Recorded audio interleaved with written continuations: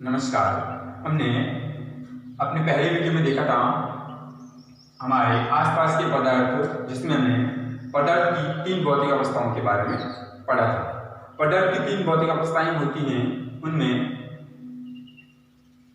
जो कण होते हैं और उनका आकार होता है, आयतन होता है, वो अलग अलग होता है। जैसे ठोसों का आयतन और आकार निश्चित होता है, द्रवों का आकार अलग होता है, आयतन निश्चित होता है, और गैसों का आकार और आयतन दोनों ही अनिश्चित होता है।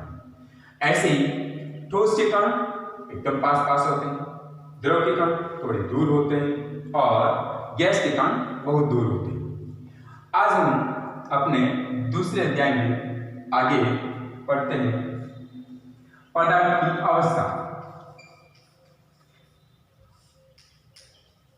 की अवस्था परिवर्तन।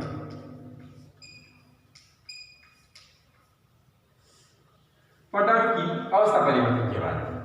अब पदार्थ की अवस्था परिवर्तन कैसे करते हैं या किस प्रकार से पदार्थ की अवस्था परिवर्तन होती है, तो उसके लिए पदार्थ की अवस्था परिवर्तन के लिए अगर हम देखते हैं तो मूल रूप से अगर देखें तो पदार्थ की ठोस, द्रव और गैस तीन अवस्थाएं होती हैं।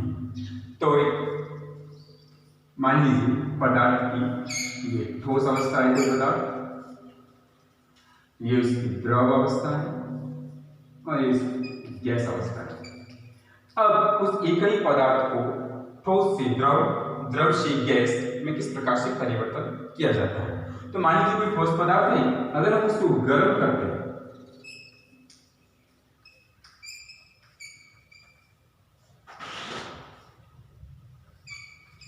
किसी ठोस पदार्थ को गर्म करने पर वह द्रव में परिवर्तित हो जाता है, और उस द्रव को और अगर हम गर्म करते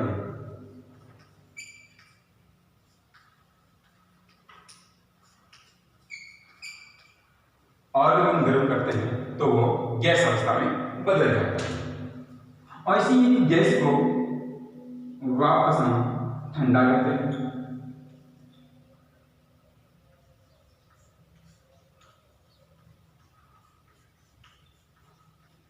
तो वापस द्रव बन जाता है, और द्रव को और भी ठंडा करते हैं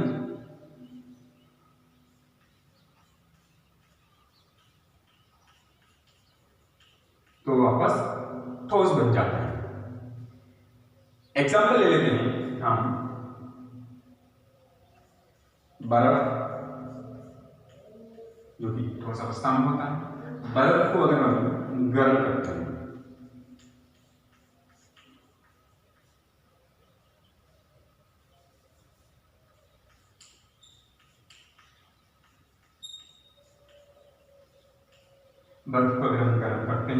तो वो पानी या जल बन जाता है, जो कि द्रव अवस्था है।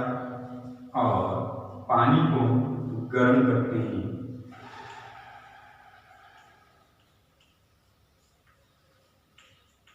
वह जलवाष्प बन जाती है, जलवाष्प बन जाती है। तो मतलब ठोस पदार्थ को अगर हम गर्म करेंगे तो द्रव अवस्था में बदल जाएगा, और द्रव को और हम गर्म करते तो गैस अवस्था में बदल जाता है। उदाहरण जैसे अपने लिए बर्फ, जो कि ठोस होता है, उसको हमने गर्म किया तो वो पानी में या जल में परिवर्तित हो जाता है, और जल को और गर्म करते हैं तो जलवाष्प अथवा गैस अवस्था में आ जाता है। इसी जलवाष्प को अगर हम ठंडा कर देते हैं पुनः, उस प्रक्रिया को संघनन कहते हैं। संघनन से वो वापस जलवाष्प से पानी में परिवर्तित हो जाएगा, और पानी को हम और ठंडा करते हैं, हिमांक पॉइंट कहते हैं, तो वापस वो बर्फ बन जाएगा। इस प्रकार से पदार्थ की अवस्था परिवर्तन के लिए हमने तापमान कारक दिया है। चलिए तापमान कारक, तो तापमान या टेम्परेचर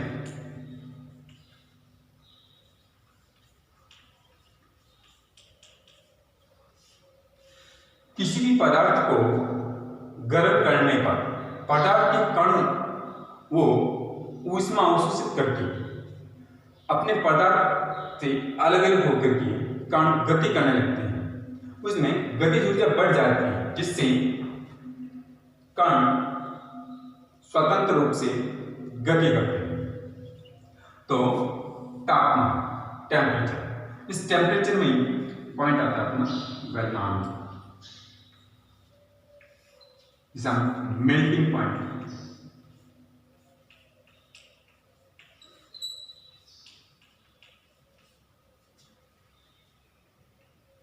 मेल्टिंग पॉइंट। तो मेल्टिंग पॉइंट क्या होता है? वो जिस निश्चित ताप पर किसी ठोस पदार्थ को गर्म करते हैं तो पिघल करके द्रव अवस्था में आ जाता है, वह उस पदार्थ का गलनांक कहलाता है। तो जिस निश्चित ताप पर किसी ठोस पदार्थ को गर्म करते हैं और वह पिघल करके द्रव अवस्था में आ जाता है, पदार्थ की वह पदार्थ का गलनांक कहलाता है। दूसरा है एक क्रियाकलाप से कर लेते हैं।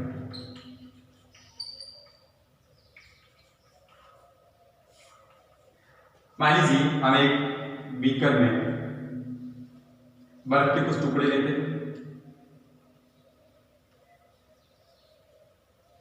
और उसको बर्नर की सहायता से ऊष्मा देते हैं।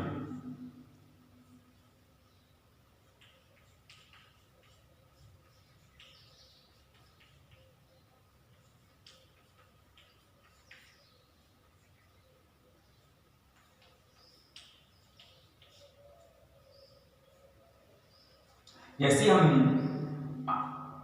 बर्फ को बीकर में लेकर के बर्नर चालू करते हैं तो उससे ऊष्मा निकलती है, और जो ऊष्मा निकलती है वो एकदम बर्फ को पानी में कन्वर्ट नहीं करती है या बर्फ को पानी में नहीं बदलती है।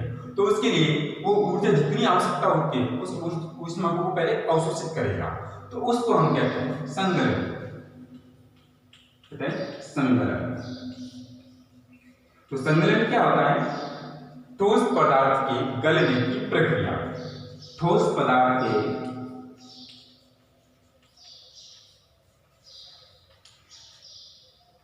गलने की प्रक्रिया, ठोस पदार्थ के गलने की प्रक्रिया संगलन कहलाती है। मतलब किसी भी ठोस पदार्थ को अगर हम गर्म करते हैं तो वो सीधा ही एकदम द्रव अवस्था में नहीं आता है, थोड़ा धीरे धीरे आता है। तो वो गलने की जो प्रक्रिया होती है वो कहलाती है संगलन। तो ठोस पदार्थ के द्रव में बदलने की प्रक्रिया क्या कहलाती है? संगलन।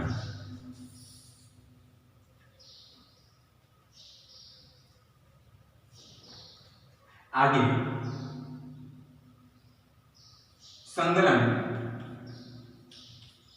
की प्रसुप्त ऊष्मा, प्रसुप्त ऊष्मा, प्रसुप्त ऊष्मा कह सकते हैं, ऊर्जा कह सकते हैं। संगलन की प्रसुप्त ऊष्मा। तो एक वायुमंडलीय दाब पर, या कह सकते हैं एक एटमॉस्फेयर, एक वायुमंडलीय दाब पर हम 1 किलोग्राम ठोस पदार्थ को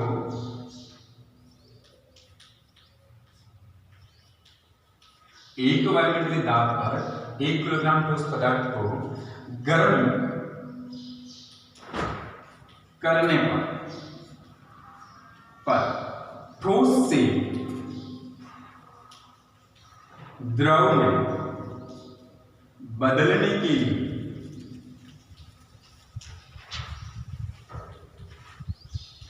जितनी ऊष्मा की आवश्यकता होती है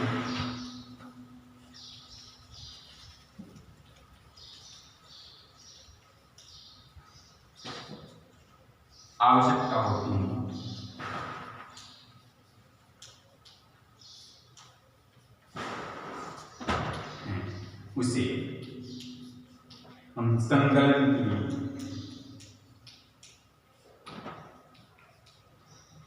प्रसुप्त ऊष्मा कहते हैं, ऊष्मा कहते हैं।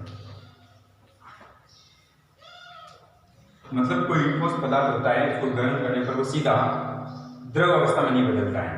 उसको प्रत्येक कण को ऊष्मा अवशोषित करने के बाद सारे कण जब स्वतंत्र रूप से गति करते हैं अपने आकर्षण बल को पार कर जाते हैं तब वह द्रव में बदलता है।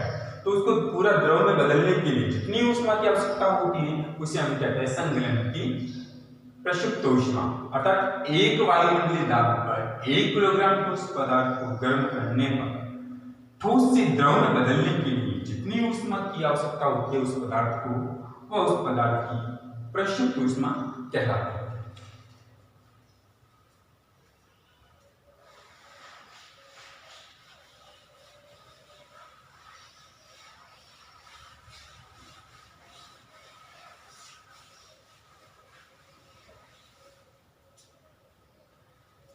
ऐसे ही दूसरा पॉइंट है ना क्वथनांक।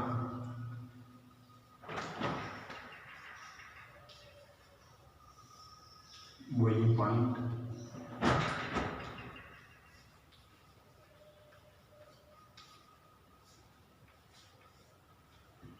क्वथनांक बॉइलिंग पॉइंट। बॉइलिंग का होता है उबलना। जिस किसी द्रव पदार्थ को गर्म करते हैं तो वो उबलना शुरू हो जाता है। उबलने पर पदार्थ के कण स्वतंत्र रूप से गति करते हैं तेजी से, तो वह उसका बॉइलिंग पॉइंट होता है। तो क्वथनांक की परिभाषा अगर पढ़े तो जिस निश्चित ताप पर द्रव को वाष्प में बदलने के लिए जितनी ऊष्मा की आवश्यकता होती है उस ऊष्मा को ग्रहण करके वह उबल जाता है। उस निश्चित ताप को कहते हैं क्वथनांक। तो क्वथनांक जिस निश्चित ताप पर द्रव से वाष्प में बदलने की प्रक्रिया होती है उस निश्चित ताप को हम कहते हैं क्वथनांक या बॉइलिंग पॉइंट। अब किसी भी द्रव को अगर हम गर्म करते हैं, गर्म करने पर सीधा वाष्प में नहीं बदलता है। उसको वाष्प में बदलने के लिए प्रत्येक कण को जितनी ऊष्मा की आवश्यकता होती है पहले उसको अवशोषित करता है, उसके बाद वो वाष्प में बदल जाता है। तो इतनी देर तक वो कण उस ऊष्मा को कहाँ एब्जॉर्ब करते हैं, तो वो कहलाते हैं कि वाष्पन की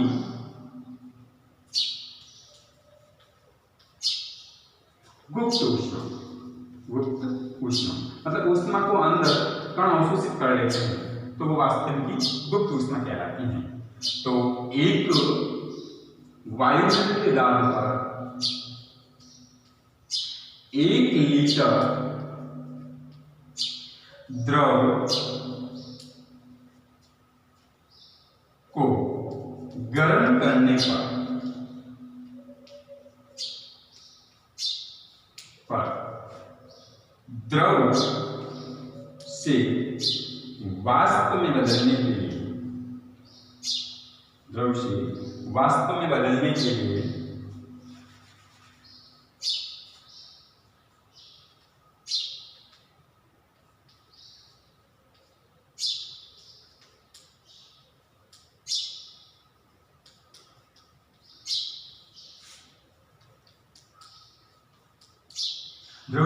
बदलने के लिए जितनी ऊष्मा की आवश्यकता होती है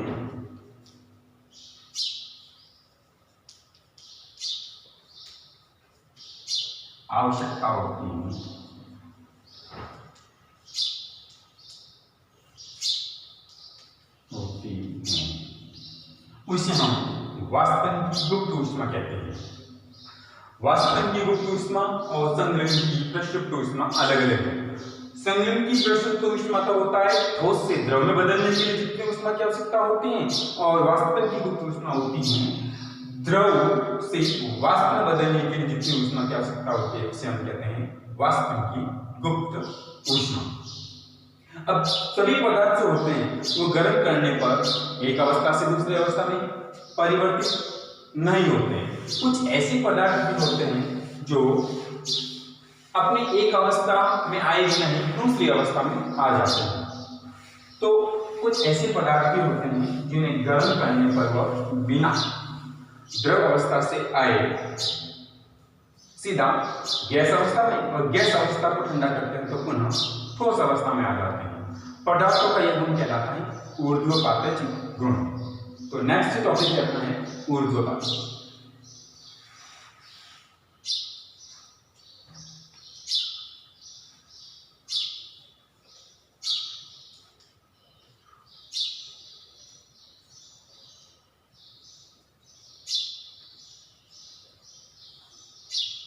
ऊर्ध्वपात तो कुछ ऐसे पदार्थ होते हैं जिन्हें गर्म करने पर सीधे ठोस से बिना द्रव अवस्था में आए गैस अवस्था में आ जाते हैं, और गैस को ठंडा करते हैं तो पुनः वो वापस ठोस अवस्था में आ जाते हैं।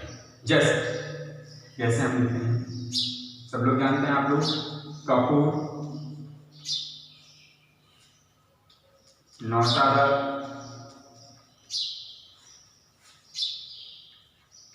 अनस्पोर्ट्स अमोनियम क्लोराइड से कहते हैं नौशादा। ये इन दोनों में ऊर्ध्वपातज का गुण पाया जाता है। आप लोग देखते हैं कि हम कपूर की गोली को रखते हैं तो हवा चलती है, तो हवा के साथ वो वाष्प बन करके हो जाता है, हम उसको वापस इकट्ठा नहीं कर पाते हैं। तो इसको वापस इकट्ठा करने के लिए क्या होता है, मान लीजिए जो पदार्थ है नमक और कपूर, ये आपस में मिक्स हो जाते हैं, तो इनको हम अलग किस प्रकार से कर सकते हैं, तो वो अभिक्रिया है जो वो क्रिया ही कहलाती है ऊर्ध्वपात। तो हमने एक वॉश ग्लास लिया, उसके अंदर हमने कपूर का चूर्ण लिया। अब हम उसको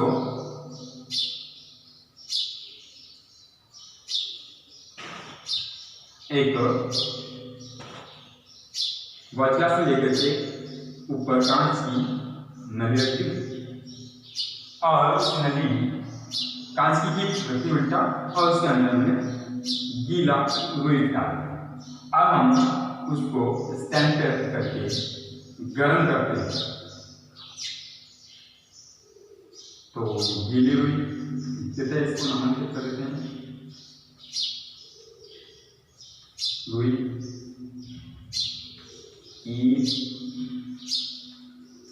वॉश ग्लास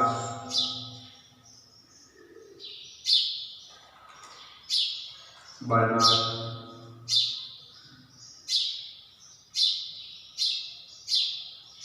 चूर्ण कपूर का।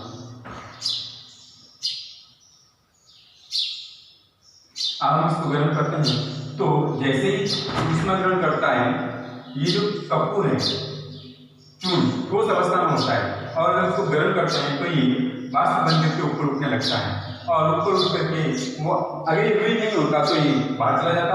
हमने उसको वापस इकट्ठा करने के लिए उसके ऊपर एक गीली रुई रख दी, जिससे कि उसको थोड़ा संघनन मिल जाए और वह वापस ठंडी होकर के जम जाए। तो हम देखते हैं कुछ समय बाद कि कपूर वाष्प के रूप में ऊपर उठ करके ऊपर जाती है, और रुई से ठंडा होकर के वापस की सतह अंदर की सतह पर जमने लग जाती है, और हम थोड़ा समय बाद उसको अलग करके कपूर को पुनः हम अलग कर सकते हैं। तो यह प्रक्रिया कहलाती है ऊर्ध्वपात।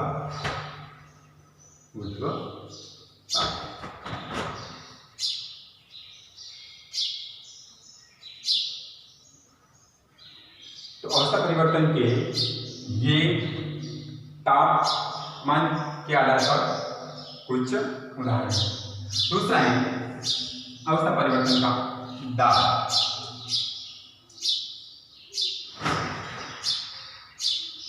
हम प्रेशर कहते हैं।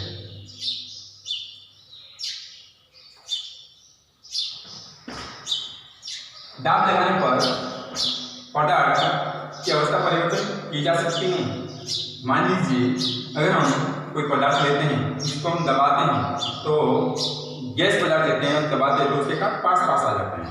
तो ठीक ऐसे ही तापमान कम करके और दाब बढ़ा करके पदार्थ की अवस्था परिवर्तन की जा सकती है। तापमान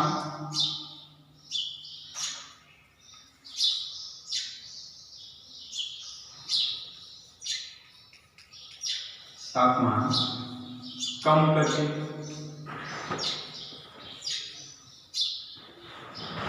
और दाब बढ़ाकर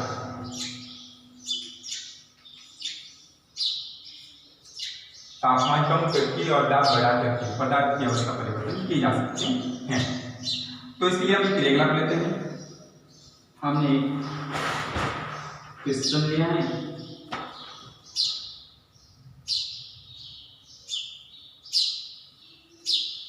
इसके अंदर वायु है। अब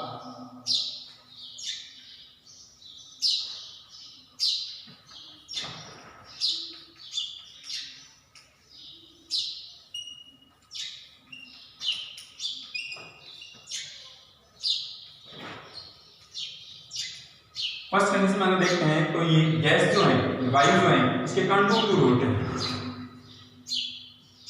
अब हम इस पिस्टन को दबाते हैं तो ये जो वायु के कणों के बीच रिक्त स्थान है उसको दबाने से कण पास पास आ जाएंगे और रिक्त स्थान कम हो जाएगा।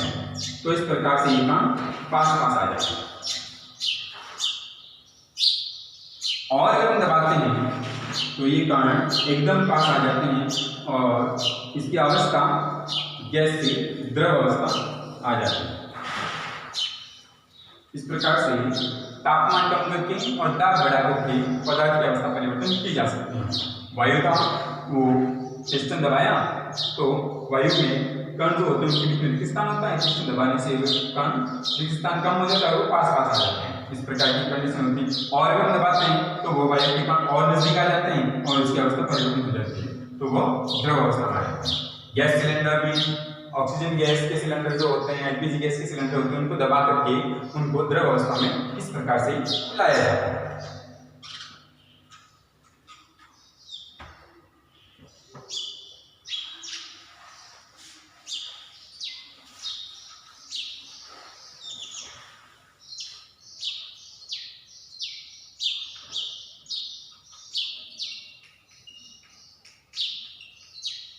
तापमान के मात्रा,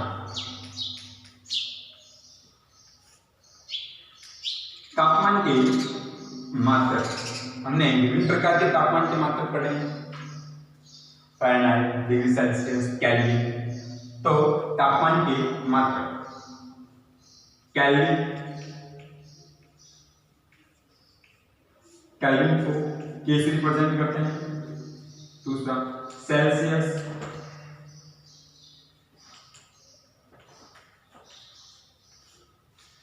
सी से फ़ारेनहाइट, एफ से। तो तापमान को एक तापमान से दूसरे तापमान में परिवर्तित करने के लिए सूत्र है।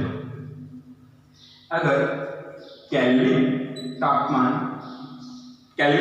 ज्ञात करना है तो डिग्री सेल्सियस प्लस 273 जोड़ते हैं तो केल्विन में तापमान आएगा। अगर डिग्री सेल्सियस ज्ञात करना होता है तो केल्विन में से 273 घटा देते। एक एग्जाम्पल के थ्रू देखते हैं।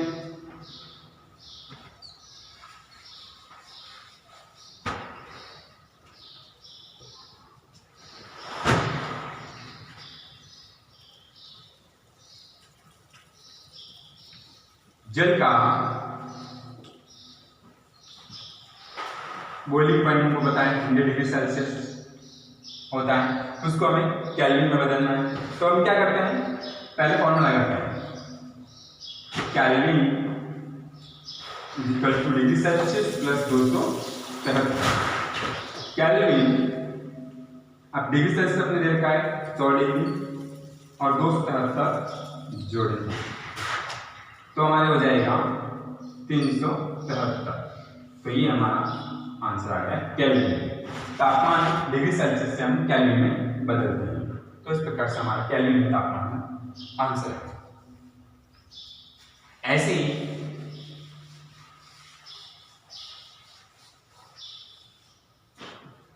अगर डिग्री सेल्सियस ज्ञात करना है, केल्विन में दे रखा है, तो मान लीजिए एक पदार्थ है जिसका तापमान दे रखा है 573 केल्विन। अब उसको हमें डिग्री सेल्सियस ज्ञात करना है। डिग्री सेल्सियस ज्ञात करने के लिए हम क्या करेंगे, फॉर्मूला लगाएंगे, डिग्री सेल्सियस बराबर केल्विन -273 डिग्री सेल्सियस ज्ञात करना है। केल्विन में तापमान दे रखा है आपने 573, उसमें से घटा देंगे 273, तो अपना आंसर आ जाएगा 300 डिग्री सेल्सियस।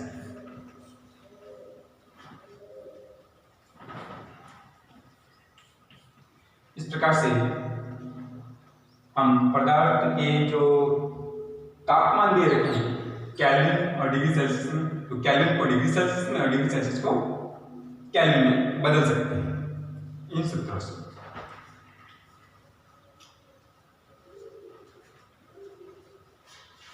आप लोगों ने ठोस कार्बन डाइऑक्साइड गैस के बारे में सुना है? ठोस कार्बन डाइऑक्साइड गैस या ड्राई आइस कहते हैं उसको, शुष्क बर्फ, वो क्या होता है?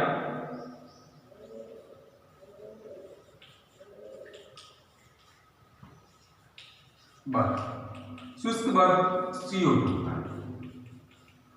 एक वायुमंडलीय दाब पर ठोस कार्बन डाइऑक्साइड गैस को द्रव में बदलते हैं तो उसको शुष्क बर्फ कहते हैं।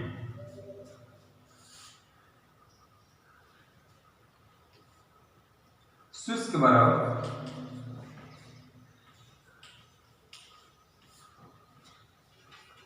ठोस कार्बन डाइऑक्साइड, ठोस कार्बन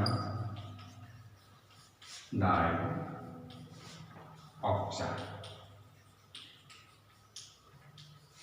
गैस।